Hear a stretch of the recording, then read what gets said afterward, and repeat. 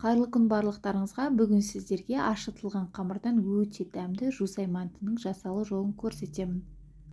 1 стакан жылы суға 1 шай қасық тұзды салып жақсылап араластырамыз.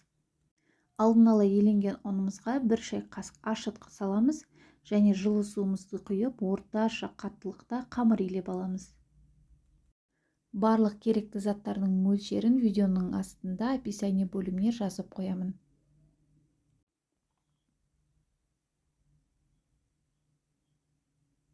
Міне біздің қамырымыз дайын.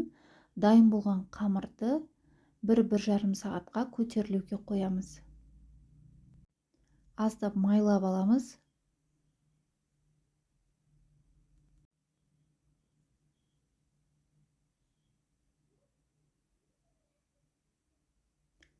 Осындай салафанға салып, жылы жерге қойып қоямыз. Енді тамағымыздың салмасын дайындаймыз. Бізге тартылған ет, жусай және пияз керек болады. Жусайды алдын ала жақсылап жуып, ұсақтап турап аламыз. Бүгінгі біздің тамағымызға жусай ерекше дәм береді. Сондықтан да көбірек те қоссаңыздар болады. Пиязды да ұсақтап тураймыз. Барлығын ыңғайлы ыдысқа салып, жақсылап араластырып аламыз. Дәміне қарай тұзын бұрышын саламыз. Егер де еттеріңіз майсыз болса, аздап сұйық май құйсаңыздар болады. Міне біздің салмамыз дайын.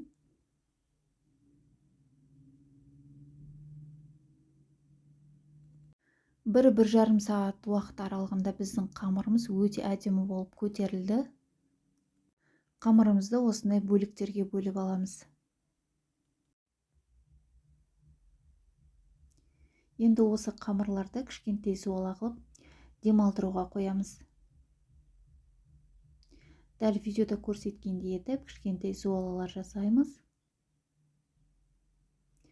Дайын болған қамырдың бетін жауып 5-10 минутқа демалдыруға қоямыз.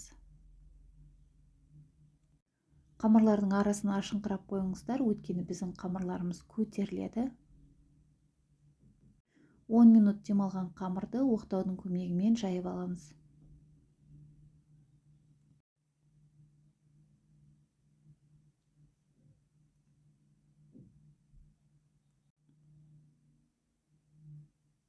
Міне біздің қамырларымыз дайын.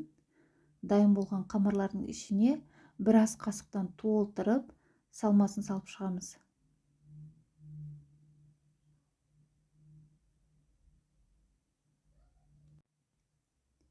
Енді сіздерге бүгілу жолын көрсетемін. Өте оп-оңай бүгіледі. Қамырдың екі жағын осылай жабыстырып, бір шетінен қайтарып түйіп шығамыз. Біздің қамырымыз ешқандай піспей қалмайды.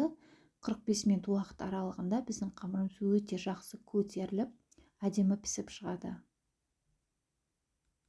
Шеттерін жақсылап жабыстырасыздар және дәл осындай видеода көрсеткендей етіп, бір шетін қайтарып бүгіп аласыздар.